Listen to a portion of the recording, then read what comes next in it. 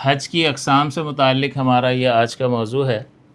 اس میں سب سے پہلی بات یہ سمجھنا ضروری ہے کہ حج کرنے والے افراد جو ہوتے ہیں وہ تین طرح کے ہوتے ہیں۔ ایک کو آفاقی کہا جاتا ہے، یہ وہ افراد ہوتے ہیں جو میقات کے باہر سے آتے ہیں، ان کو آفاقی کہا جاتا ہے۔ یہ اس ایریا سے ہوتے ہیں، جیسے مدینہ منورہ سے آ رہا ہے، ریاض سے آ رہا ہے، طائف سے آ رہا ہے، پاکستان سے جا رہا ہے یا دنیا کے اور کسی ملک سے وہ جا رہا ہے، تو یہ آفاقی کہلاتا ہے۔ اور یہ پھر حالت احرام کی نیت جو ہے اس بارڈر لائن پر تو اس کو کرنا ضروری ہوگی، اس سے پہلے بھی یہ نیت کر سکتا ہے۔ پھر اگلا ایریا جو ہے میقات کے بعد کا ایریا حل کہلاتا ہے، اور اس کے بعد کا علاقہ جو ہے وہ حدود حرم کہلاتا ہے۔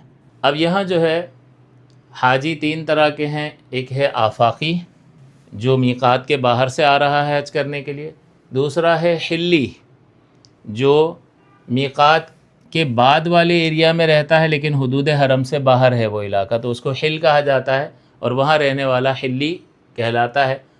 تو یہ جو ہے دوسری طرح کا حاجی ہوتا ہے، اس کو حلی کہا جاتا ہے۔ تیسرا جو ہے وہ مکے ہی میں رہنے والا شخص ہے، اس کو حج کرنا ہے، وہ مکی۔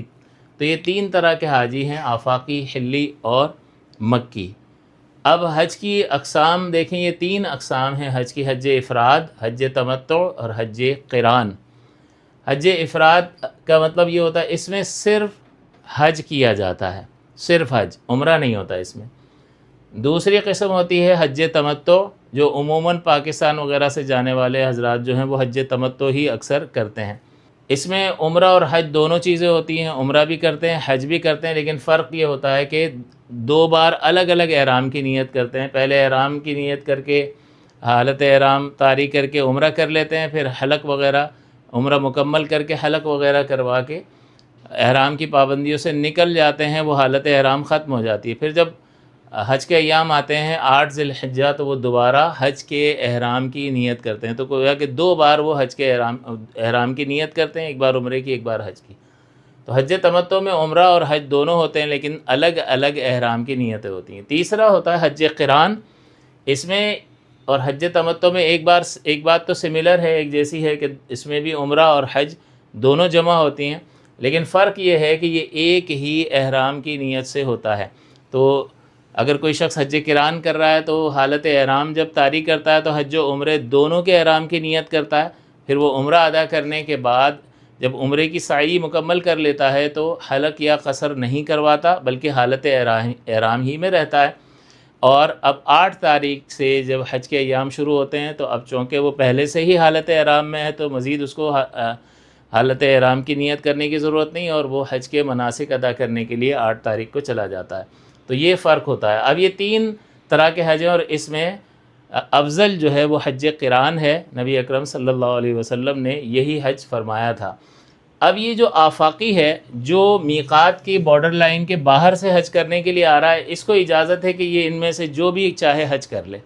یہ حج افراد بھی کر سکتا ہے، حج تمتع بھی کر سکتا ہے، اور حج قران بھی کر سکتا ہے، اس کی اپنی چوائس پر ہے، یہ جو چاہے کر لے۔ تو ایک ڈفرینس تو ان میں یہ ہے کہ افراد میں صرف حج ہے اور باقی میں عمرہ اور حج ہے، تو یہ افراد دونوں سے مختلف ہو گیا۔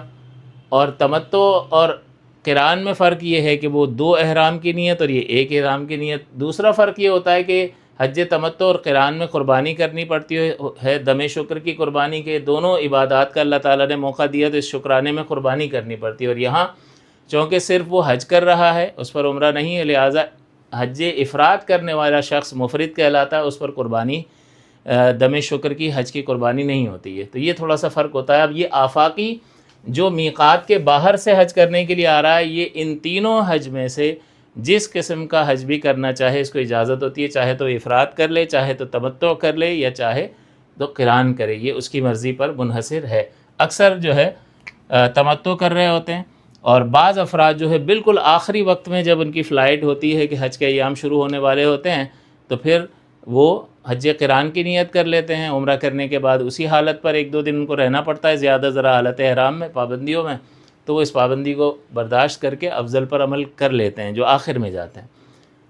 تو یہاں سے جانے والے بھی حج قران بھی کرتے ہیں، افضل پر عمل کرتے ہیں، کیونکہ زندگی میں ایک ہی بار کرنا ہوتا ہے۔